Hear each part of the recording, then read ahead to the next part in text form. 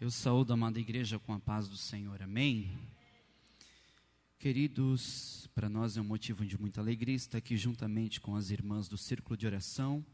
Eu louvo a Deus por esta oportunidade. Vi ali que tem um tema bem sugestivo. Orem continuamente, então eu peço que os irmãos abram suas Bíblias na Epístola de Tiago, capítulo 5, versículos 13 a seguir.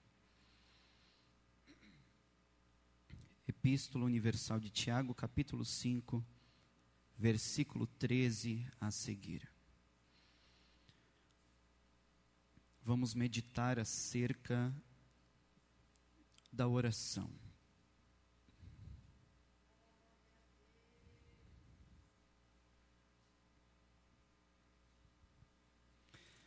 Diz assim a palavra de Deus: Está alguém entre vós aflito? Ore. Está alguém contente? Cante louvores. Está alguém entre vós doente? Chame os presbíteros da igreja e orem sobre ele, ungindo-o com azeite em nome do Senhor. E a oração da fé salvará o doente, e o Senhor o levantará. E se houver cometido pecados, ser-lhe-ão perdoados. Confessai as vossas culpas uns aos outros, e orai uns pelos outros, para que sareis. A oração feita por um justo pode muito em seus efeitos. Elias era homem sujeito às mesmas paixões que nós, e orando, pediu que não chovesse, e por 3 anos e 6 meses não choveu sobre a terra. E orou outra vez, e o céu deu chuva, e a terra produziu o seu fruto. Sentai glorificando o nome do Senhor Jesus Cristo. Queridos, nós nos encontramos de acordo com esta epístola tremenda. Tiago vem nos dando orientações com relação ao caráter cristão, ao uso das palavras, ao comportamento de um verdadeiro servo de Deus, e também vem falando sobre o nosso relacionamento com Deus. Quando nós encontramos esse parágrafo qual for lido, ele vem tratando e vem batendo na mesma tecla sobre a eficácia e o poder da oração. Quando nós olhamos a história da humanidade, quando o Senhor constrói o jardim e coloca um homem e uma mulher dentro deste jardim, nós começamos a entender que se tem algo que Deus tem prazer em ter com o ser humano, é um relacionamento com Ele. Eu não sei se você sabe, mas você é a coroa da criação de Deus. E se tem algo que o Senhor deseja ter contigo, é um relacionamento real e verdadeiro. E quando nós olhamos para este jardim, e quando nós olhamos para este homem, para esta mulher, nós vemos que o Senhor fez este jardim e colocou ambos ali, para ter um contato, um relacionamento com eles. Todo criador precisa ter um relacionamento com a sua criatura, para que ele possa se desenvolver, para que ele possa crescer, amadurecer e viver diante da sua presença.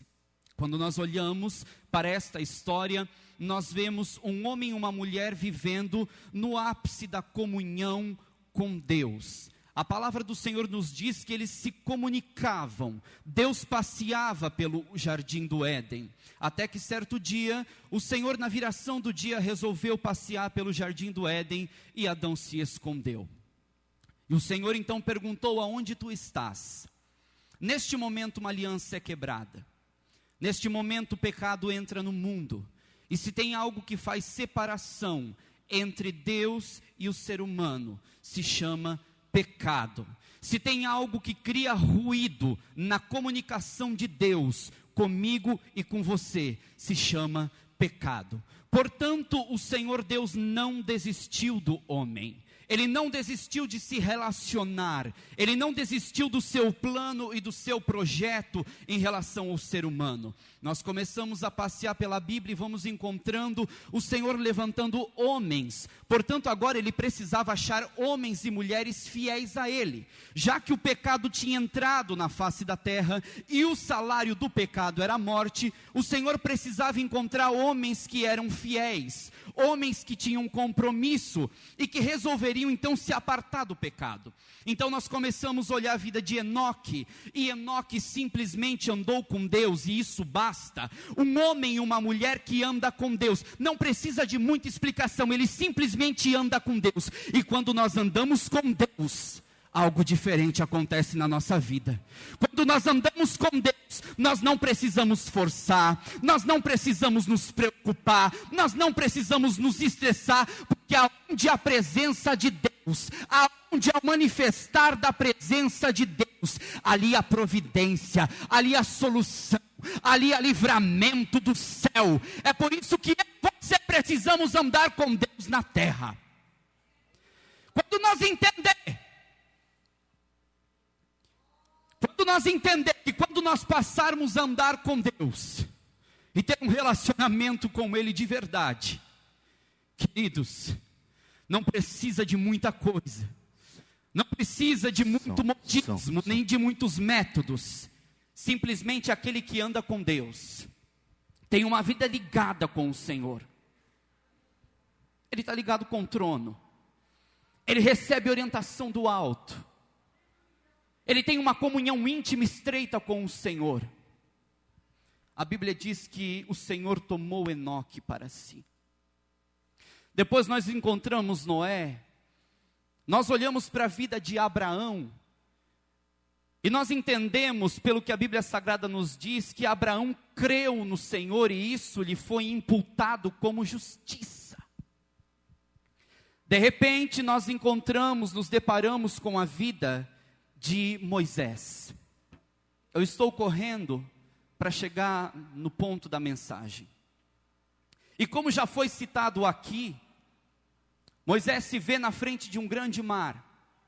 Só que aquele que tem relacionamento com Deus, aquele que ora, ele não se desespera.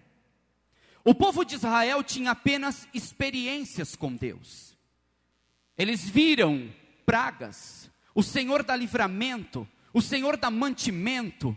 É por isso que mais importante do que eu e você ter um relacionamento com Deus, mais importante do que nós termos uma experiência, nós precisamos buscar um relacionamento, porque experiência é esporádica. Você pode ter uma a cada 3 meses, agora relacionamento é diário. Relacionamento é contínuo. Você levanta com Deus, você almoça com Deus, você trabalha com o Senhor, você termina o seu dia com Ele. Você não vive de experiências. Nós olhamos a vida de algumas pessoas que tiveram experiências lindas com o Senhor, mas isso não foi o suficiente para mantê-las firmes na casa do Senhor. Agora, quando nós olhamos para pessoas que têm relacionamento com Deus, elas são firmes, constantes, abundantes. Qual foi o fator principal para a abertura do Mar Vermelho? Um povo que via o mover de Deus em relação a eles?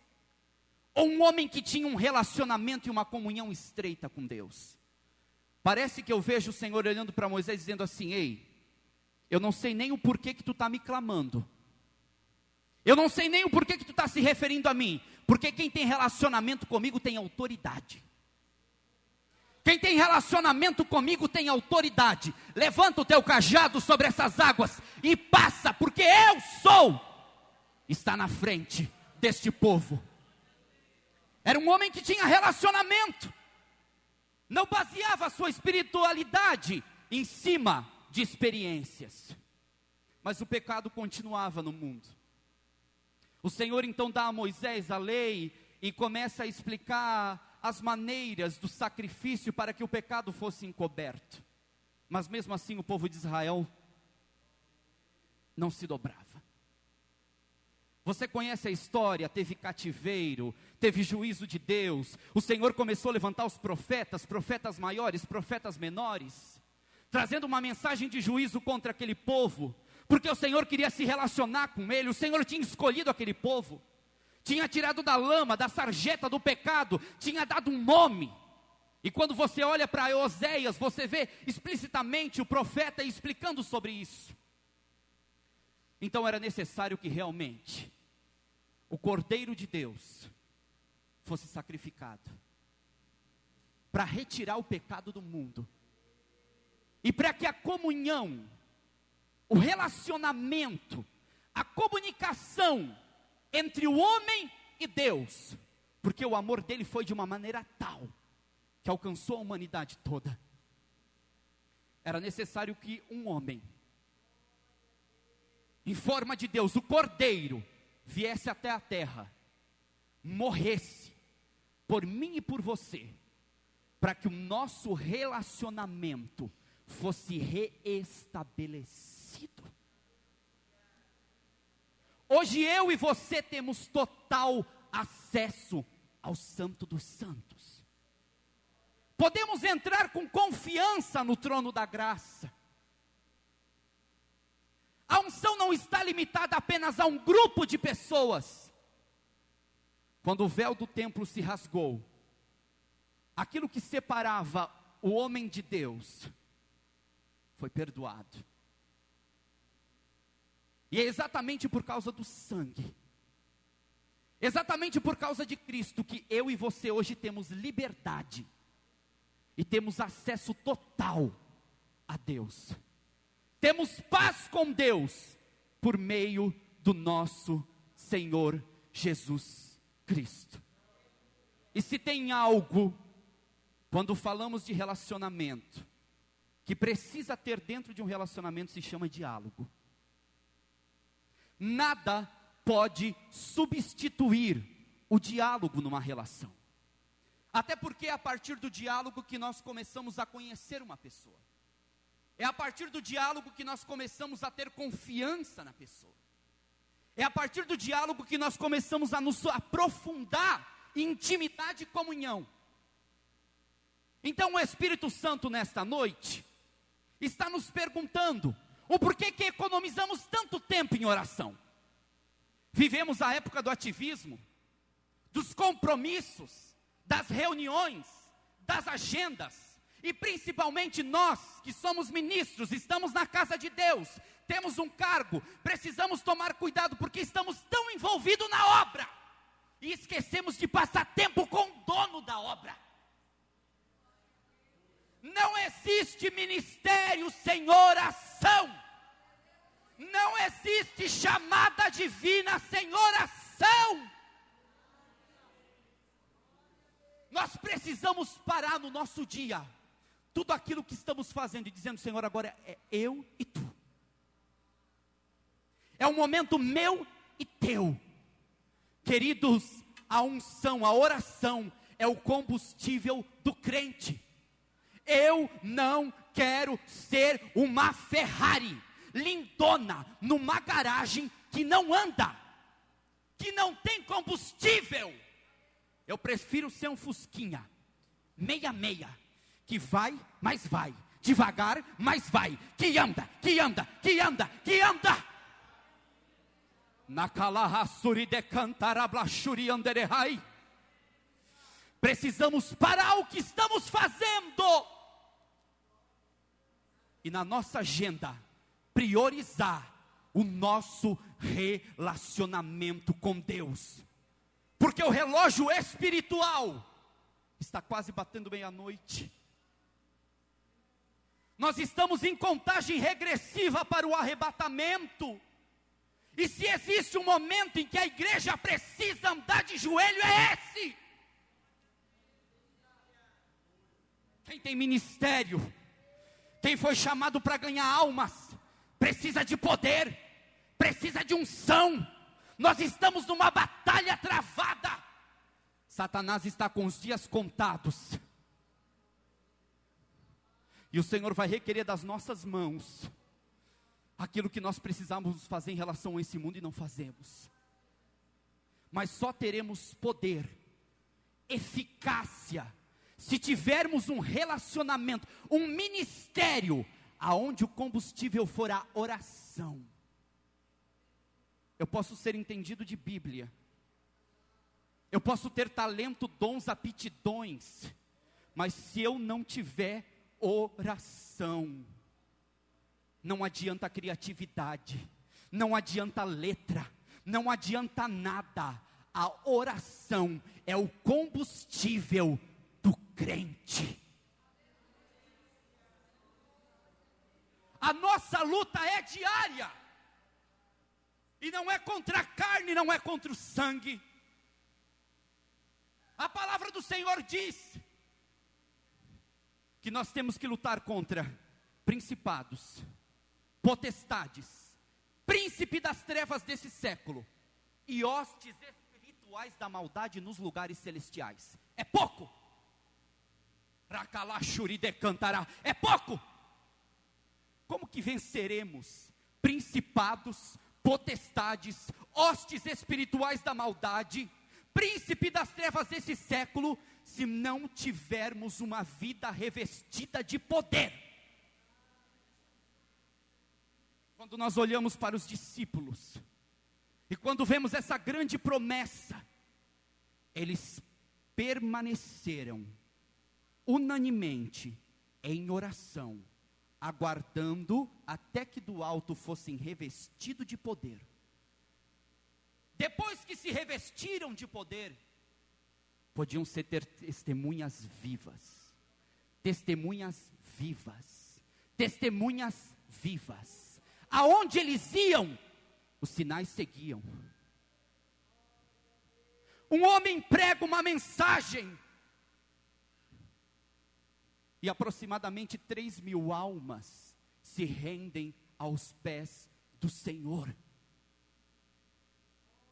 Para que nós venhamos ter um serviço, um ministério, e chamado para ganhar almas, não é específico para uma pessoa. O ID de Cristo não é opcional, o ID de Cristo está no imperativo, é uma ordem. Se você canta, cante para ganhar almas. Se você prega, pregue para ganhar almas. Se você lidera, lidere para ganhar almas. Porém, para nós ter êxito naquilo que o Senhor colocou nas nossas mãos, nós precisamos de poder, porque nós vamos enfrentar uma batalha, nós vamos travar uma guerra, nós não podemos ignorar o nosso inimigo, nós não podemos simplesmente fazer com que nada está acontecendo. O mundo espiritual, ele é muito mais real, ele é muito mais vivo do que este mundo físico que nós estamos olhando aqui. Só que o Senhor nos dá armas de defesa e de ataque. Se você está debaixo da sujeição, debaixo da obediência, obedecendo a Cristo, Ele te dá autoridade para pisar na cabeça de serpente e escorpião. Sujeitai-vos a Deus, sujeitai-vos a Deus, resisti ao diabo, e ele fugirá de vós, fugirá de vós. Precisamos estar revestidos com as armaduras de Deus. O Senhor simplesmente não nos lançou no meio de uma batalha sem revestimento. 2 Coríntios capítulo 4, capítulo 10, versículo 4 diz assim: as armas da nossa milícia não são carnais, mas sim poderosas em Deus, para destruir as fortalezas. Se você orar, o Senhor vai te dar as armas certas. Não é no bate-boca, não é no argumento, não é por força e nem por violência, é pela oração. E nós, como igreja de Cristo, precisamos fazer uso desta arma poderosa. Nada pode substituir o poder da oração. Nada. Pedro nos dá um conselho: sede sóbrios e vigiais, porque o vosso adversário anda ao derredor, bramando como um leão, procurando a quem possa tragar. Quando ele fala, olha, sede sóbrios, ele está dizendo assim: fiquem atentos, porque todos os dias nos é oferecido uma taça de vinho chamado pecado, e se nós não formos vigilantes, com pequenos goles, nós nos embriagamos e perdemos a visão do mundo espiritual. Por isso que ele diz: seja sóbrio, vigilante, porque ele anda ao derredor, bramando como um leão, procurando a quem possa devorar. É pouco a nossa luta, irmão?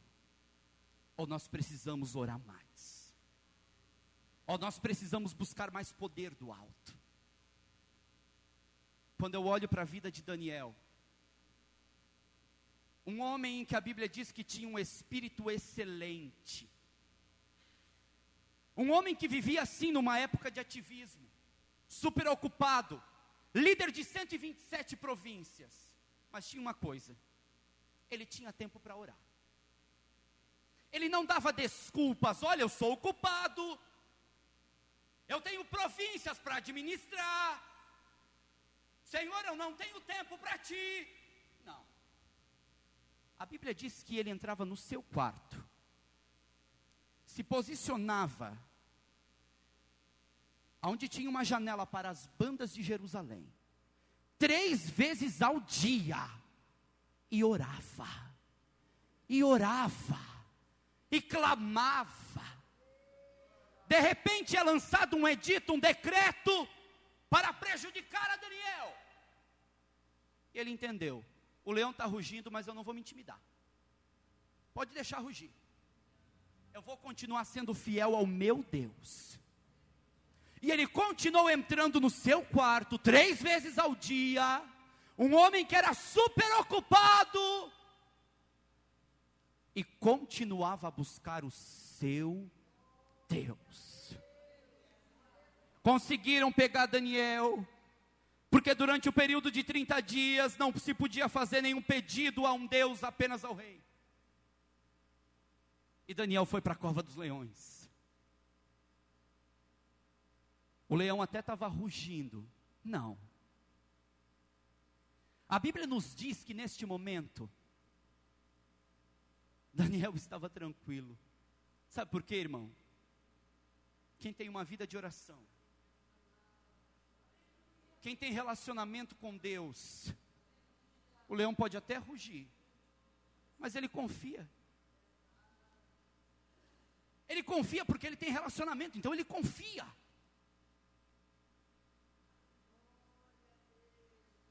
E o rei se desesperou porque gostava de Daniel. Não dormiu naquela noite. E foi à procura de Daniel logo de manhã. E disse: ó Daniel, servo do Deus Altíssimo, dar-se-ia o caso que o Deus que tu continuamente serves tenha te livrado da boca dos leões. Aí vem a resposta: ó rei, vive eternamente o meu Deus. O meu Deus achou inocência em mim, mandou um anjo para tapar a boca do leão, e eu estou aqui vivo para dizer que ele é fiel, que eu sirvo um Deus verdadeiro. O salmista diz que o anjo do Senhor acampa-se ao redor daqueles que o temem e os livra. O leão está rodeando, ele está rugindo para você, ele está te intimidando, porque é assim que ele faz conosco. Ele quer colocar medo. Ele diz: ó, não vai não, hein, fica aí na tua, não faz não, hein, isso aí é muito difícil para ti, tu não tem capacidade, não vai lá não, tu vai te arrebentar. Ele começa a nos intimidar: fica na tua, Ele começa a nos ameaçar. Eu estou de olho na tua família, eu estou de olho no teu filho. Só que quando o leão está rugindo ao teu redor, existe um anjo que acampa ao teu redor. Pode o leão rugir, deixa o leão rugir ao teu redor. Ele quer te intimidar, deixa ele rugir. Mas o anjo do Senhor acampa-se ao redor daqueles que o temem e os livra. Existem momentos que nós precisamos suplicar em oração, assim como fez Ana. Mas existe um momento que nós temos que guerrear, porque o Senhor nos deu armas de defesa, de ataque. Existe um momento que você precisa enxugar as lágrimas. Desculpa a expressão, nós precisamos deixar de nos fazer de vítima e pegar esta arma aqui e dizer: eu sirvo um Deus fiel. Maior é o que está comigo do que o que está no mundo. Ei, inimigo, escuta, a minha casa é do Senhor Jesus, aqui tu não pita. A minha família está debaixo da proteção de Deus. Eu não vou me intimidar não. Os meus estão guardados. Aqui tu não tem poder. Existe um momento, irmãos, que nós precisamos nos levantar debaixo da autoridade de Deus e guerrear em oração, enxugar as lágrimas.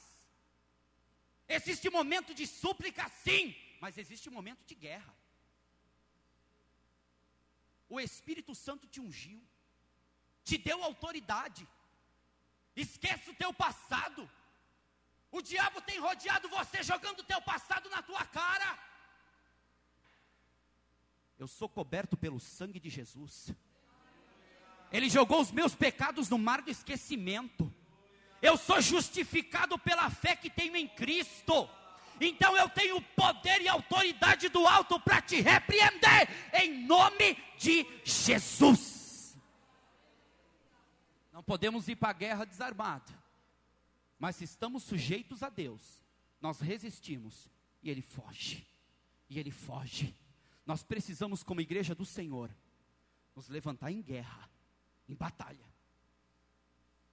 pela nossa família, pelo nosso bairro, pela nossa nação, e declarar, porque maior é aquele que está conosco, do que aquele que está no mundo.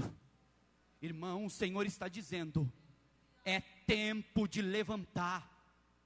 Deus quer levantar um exército, uma igreja conectada com o céu, uma igreja que usa as armas certas.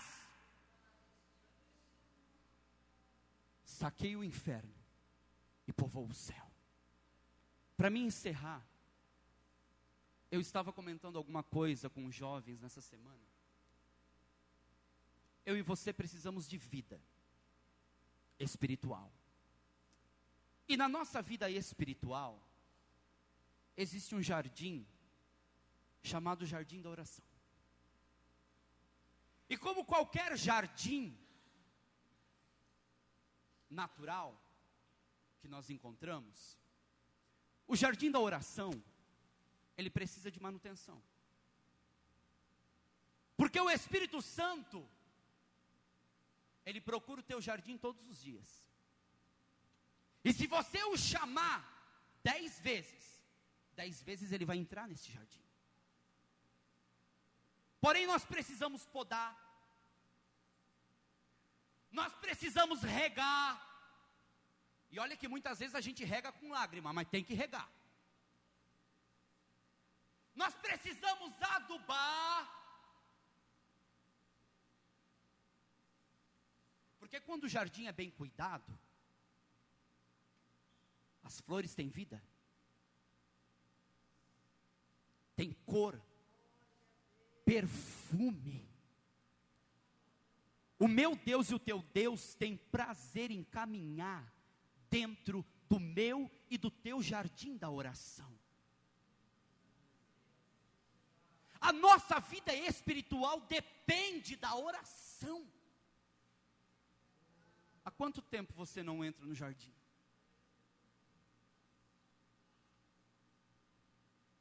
Precisamos tomar cuidado com as ervas daninhas, com o mato que tira a vida das flores que perfumam, com as pragas que vêm sorrateiramente para sufocar as plantas do seu jardim. Ei, o Espírito Santo deseja passear no meio do teu jardim. Isso está falando de intimidade com Deus. Isso está falando de uma comunhão íntima e profunda com Deus. Esse jardim precisa ser visitado todos os dias. Precisa ser regado todos os dias. Precisa ser tratado todos os dias, porque o perfume que há nele, a vida que há nele, é a sua vida espiritual. A oração é o oxigênio da alma. Quem não ora, respira por aparelhos. Nós temos comunicação total com Deus. Temos acesso. Por que economizamos horas com oração? Porque muitas vezes vivemos cabisbaixo, respirando com dificuldade, limitados, atrofiados, respirando muitas vezes por aparelhos, sem vida.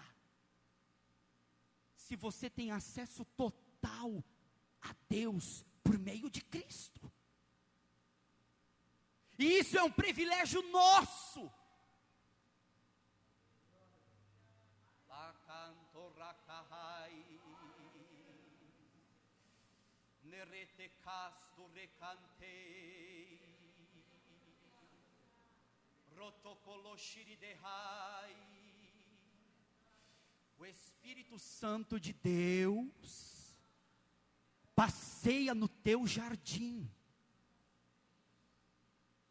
e deseja te encontrar de joelhos, orando, clamando, intercedendo, louvando, glorificando. E você começa a receber fôlego.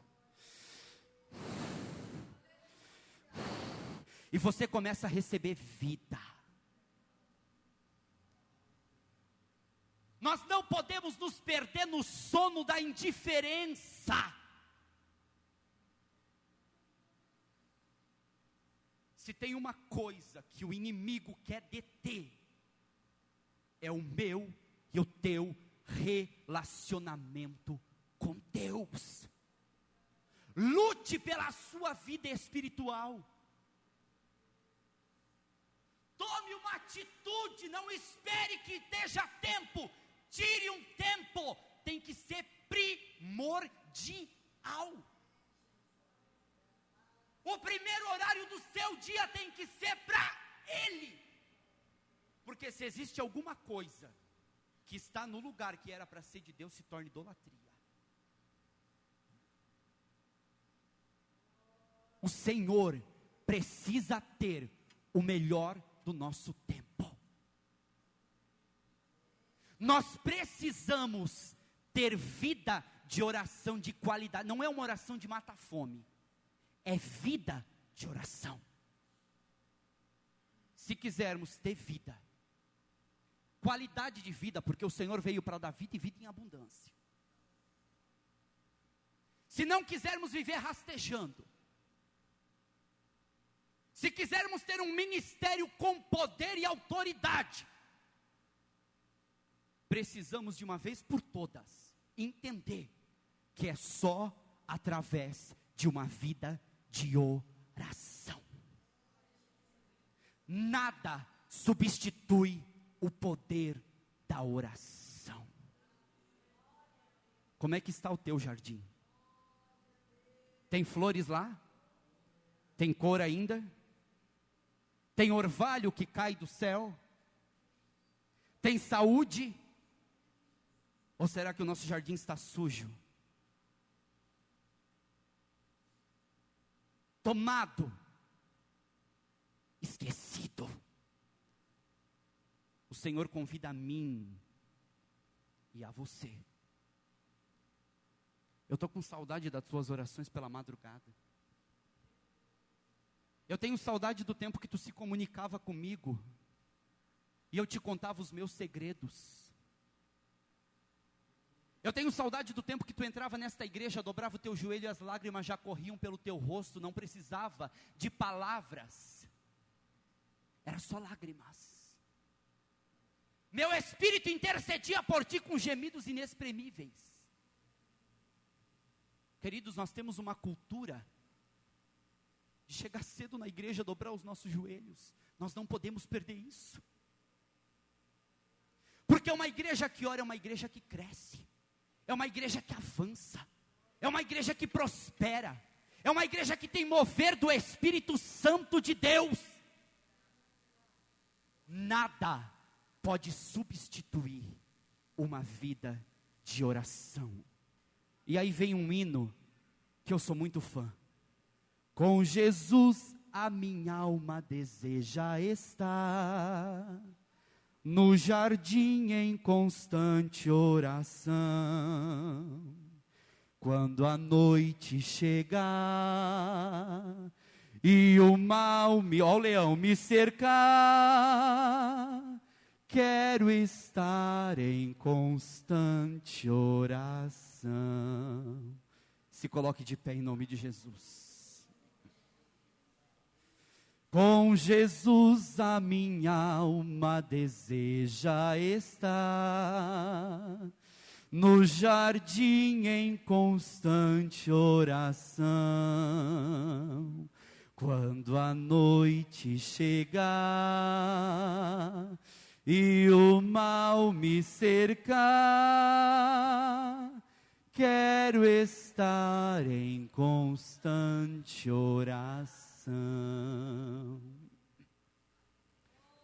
Relacionamento produz confiança. E os que esperam no Senhor, os que confiam, correm e não cansam, caminham e não fadigam. Por que é que você está tão cansado? Com liberdade do pastor, eu quero orar por você. Se você foi despertado nessa noite e diz: Senhor, eu preciso oferecer o melhor do meu tempo para ti. O inimigo tem feito de tudo, o ativismo tem tomado conta da minha agenda. Mas se for necessário, eu vou trabalhar menos. Se for necessário, eu vou cortar aquilo que não deve. Mas no mínimo, 1 hora do meu dia, que não corresponde a nem 10%, eu vou passar contigo. Eu vou passar contigo. Porque eu quero sentir o teu perfume. Eu quero ter intimidade contigo. Eu quero que a minha oração tenha efeito. Eu preciso te conhecer melhor. E nós só conhecemos o nosso Senhor através da oração e da busca pela sua palavra. Se você necessita de uma oração, nós vamos orar neste momento, em nome do Senhor Jesus.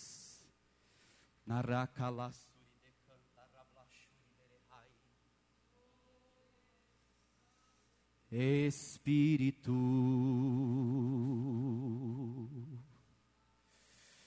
recanto, recai. Quando o orvalho cai sobre o teu jardim, tu é renovado. Os dons espirituais que tu tinha, aliás, que tu tem e não usa, você volta a usar. Aquilo que você tinha prazer em fazer ao Senhor e não faz, você volta a ter prazer. Você começa a ver brilho nas coisas que você não vê mais, mas um dia via.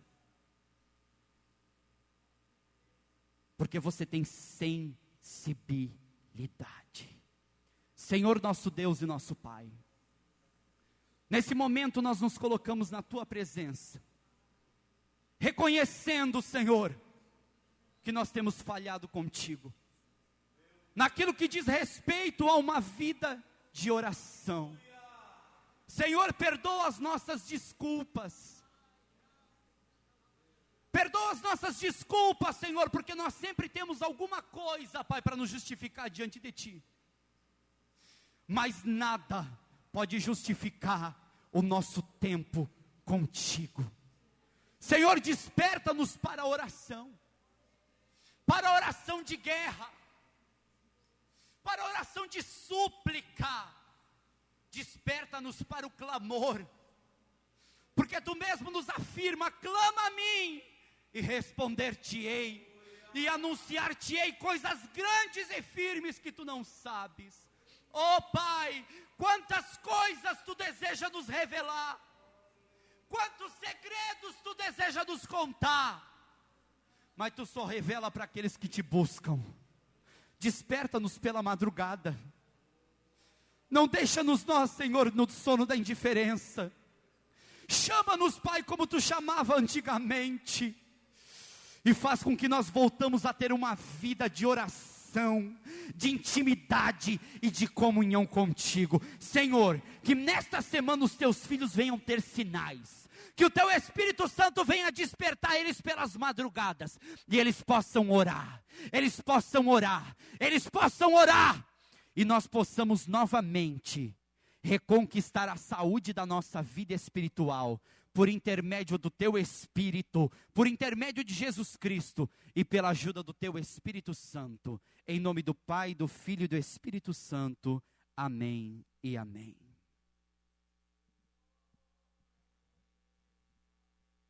Glória a Deus, realmente uma palavra do céu para nós nesta noite, com relação ao nosso dever